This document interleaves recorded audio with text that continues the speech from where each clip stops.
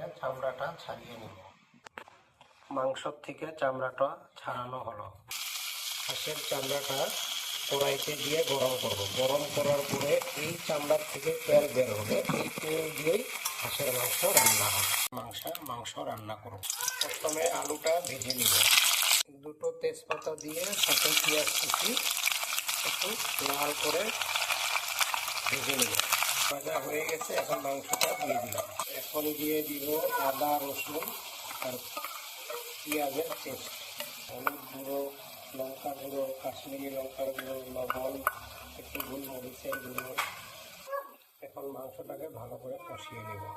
এখন দিয়ে দিব কেটে রাখা টমেটো। মাংসটা কষানো হয়ে গেছে, এখন আলুটা দিয়ে দিব। দেখো বন্ধুরা, এখানে এক ফোঁটা সরষের তেল ব্যবহার করা হয় নাই, হাঁসের তেল দিয়েই হাঁসের মাংস রান্না। মাংসটা কষানো হয়ে গেছে, এখন দিয়ে দিলাম গরম মশলার গুঁড়ো দিয়ে মাংসটা নামিয়ে দিলাম।